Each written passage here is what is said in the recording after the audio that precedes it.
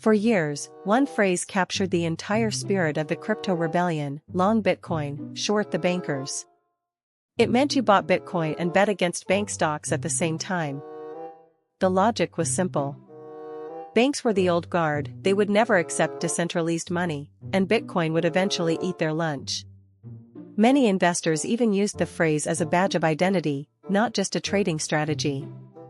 This morning, Sunday, August 16, 2026, that trade has been declared officially dead. The story is not buried in a niche blog, it is trending across CoinDesk and multiple financial news outlets.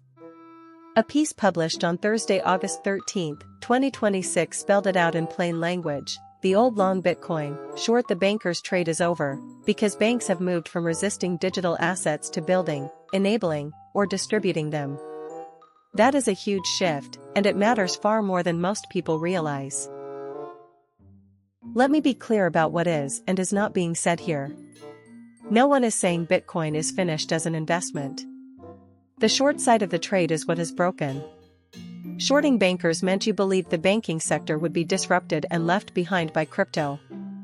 That assumption no longer matches reality. According to the research running through this morning's search results, financial firms are now partnering with crypto specialists to build infrastructure, and the lines between traditional finance and decentralized finance are blurring into one unified sector. Think about the language shift. Banks are not just allowing crypto anymore, they are building rails, offering custody, and distributing digital assets to clients. They are becoming enablers, not blockers. When your supposed enemy becomes your distributor, shorting them stops being a coherent trade. The old binary of Bitcoin versus the banks has collapsed, and a new structure is emerging in its place. The key turning point was the 2022 downturn. During that period, many institutions stayed away from digital assets entirely. They treated the crash as proof that the sector was too risky to touch. But something changed after the rubble settled. The institutions that stayed away during 2022 are now looking at digital assets and deciding they want to make them available to clients. The reason is not ideology, it is demand. Clients have been asking for exposure, and banks make money from custody, trading, and distribution fees. The compliance costs have not disappeared, but the cost of ignoring client demand has become larger than the cost of building the infrastructure. That is why multiple search results from the last few hours describe TradFi giants as moving from resistance to enablement. This is not a PR stunt. It is a business model adjustment happening in real time, and it is rewiring the relationship between crypto and the banking system. If you want to see where the fight has moved, look at stablecoins.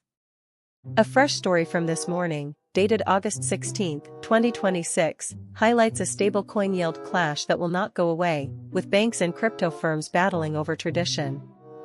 Stablecoins are essentially digital dollars built on blockchain rails. They are designed to hold their value, but the reserves behind them can generate yield. The fight is about who gets to pay interest on customer cash, and who gets to keep the economic benefit from those reserves. Banks have a traditional model built on deposits and lending. Crypto firms can often pass more yield back to users because they do not carry the same legacy cost structure. That puts banks in an uncomfortable position. They are no longer trying to kill crypto. They are trying to compete with it on yield inside their own regulated world.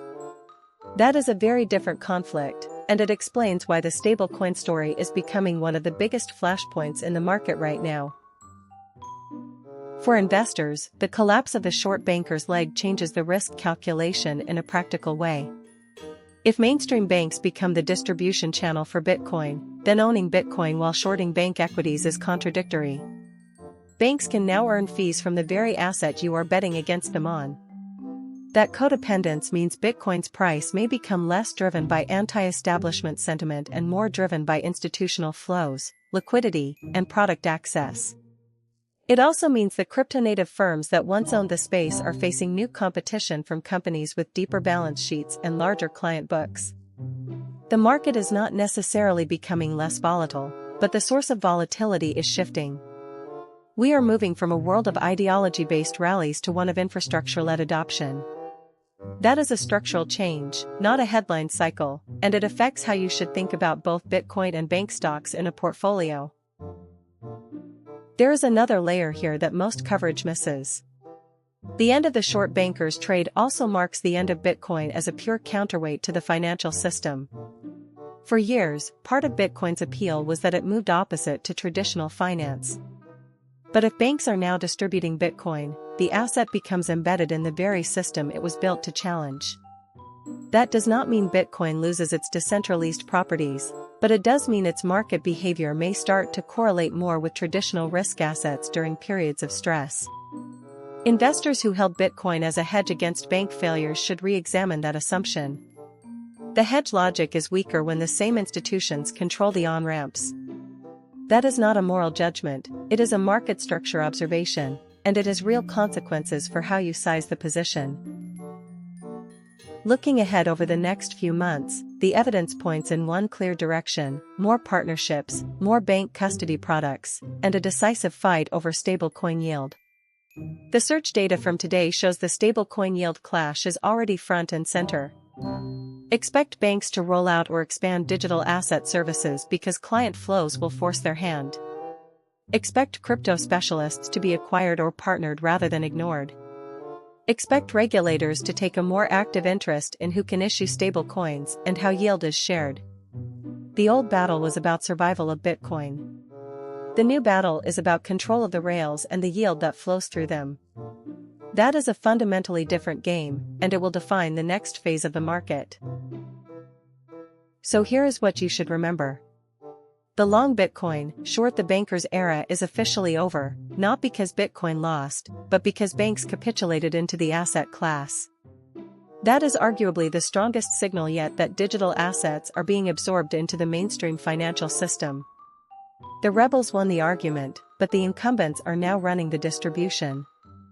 For viewers, the next signal to watch is not whether Bitcoin survives, it is how stablecoin yields and bank custody products evolve. That is where the next power struggle will play out. If you want to understand where finance is going, ignore the old battle lines and follow the infrastructure. Thanks for watching, and I will see you in the next one.